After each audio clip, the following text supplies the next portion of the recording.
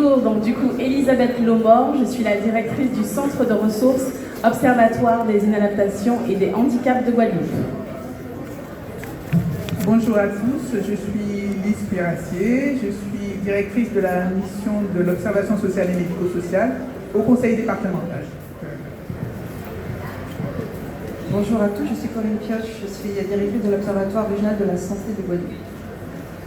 Merci beaucoup à vous de prendre la parole. Déjà, est-ce qu'on peut parler un petit peu d'une définition en fonction de vos différents champs de compétences, du contexte de non-recours? Que représente-t-il pour vous, ce contexte?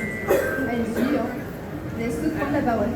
Oui, je vais commencer. Il faut savoir justement qu'il y a un observatoire qui a été créé et qui est porté par l'Université Grenoble-Alpes et qui donne la définition suivante. Donc le non-recours désigne toute personne qui ne reçoit pas une prestation ou un service auquel elle pourrait prétendre. Voilà. Alors peut-être pour moi dans le handicap, commencer par le handicap. Alors quand on parle de non-recours, si on va dans le handicap, on va parler justement du non-recours aux droits financiers, que ce soit l'AAH, la PCH, l'AEH et toutes justement les allocations qui en découlent, le droit à l'orientation, mais également aussi à l'accompagnement dans les établissements médico-sociaux par exemple, le droit à la compensation et aux soins, alors tout ce qui est aide humaine, aide technique, les rééducations, les soins spécialisés, même la santé mentale.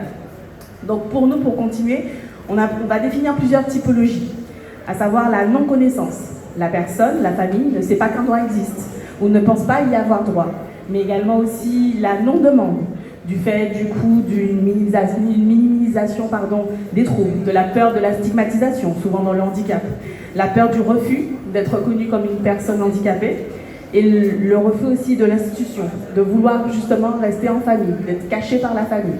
Donc c'est vraiment cette non-demande, mais également la non-réception, à savoir les dossiers qui peuvent se perdre, ça arrive, on est bien conscient de ça, des démarches parfois trop complexes ou des délais trop longs, mais également le refus, la rupture de prise en charge, les discriminations qu'on peut avoir, également le défaut d'accueil.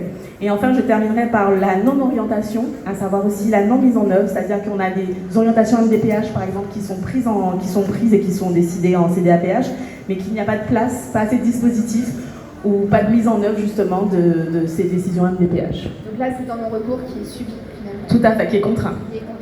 Merci beaucoup, Lise Pirassier. Merci.